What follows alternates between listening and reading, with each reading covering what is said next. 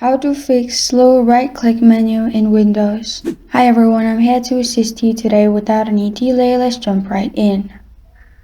First, open Command Prompt on your device.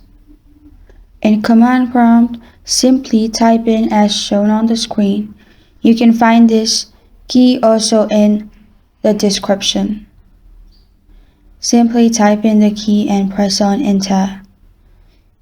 As you can see, the operation completed successfully. Now what you can do is open Task Manager, search for Windows Explorer in here and right click on Windows Explorer.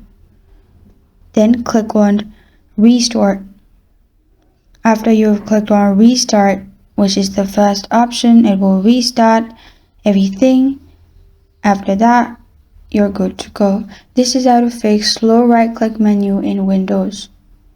Thank you for joining me today. If this video helps you out, please leave a like and subscribe for more. Got a question or want to suggest a topic? Comment below. Thank you for watching.